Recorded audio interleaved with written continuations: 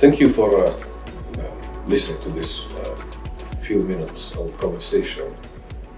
We find ourselves in a situation that historically is, for all of us, unprecedented.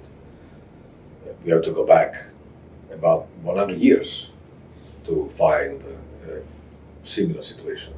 And at the time, there was no technology.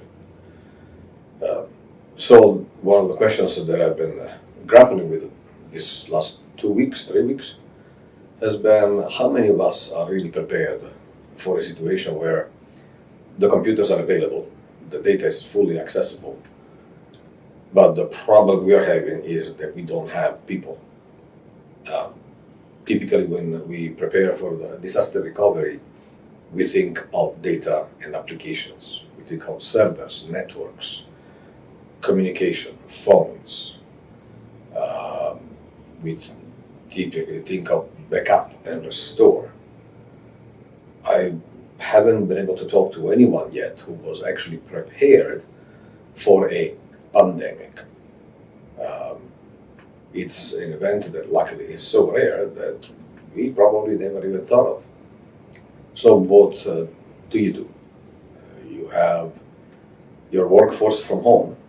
You're trying to get them to be productive, to work from home. And you're wondering how is that going to happen? There are many ways that people can remote into computers, obviously. VPN is the most common and probably the one that comes to mind first.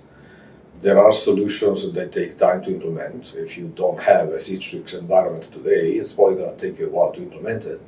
So they may not be the solution that you want to go implement it right away. There are other solutions where you can literally allow remote login. Please do not do that using just opening up RDP port 3389. There are a lot of vulnerabilities on the port, and the first of all is that at that point you're exposing a login to the internet, and your strongest security at the point is your weakest password. So it's really not a good idea, aside from all the other possible vulnerabilities that have been announced over the years on that specific protocol. So if you do allow your users remote connectivity, do it in one of the many encrypted and protected methods that are available on the market. VPN, remote login through systems like LogMeIn, or I don't want to be publicizing any others, but there are many. However, now you have another problem. What is your user using when he or she is remote? What kind of device? Are they using a personal computer? Is this computer one that their children were using until yesterday? Are they going to share their communications, Wi-Fi, and bandwidth with the rest of their family?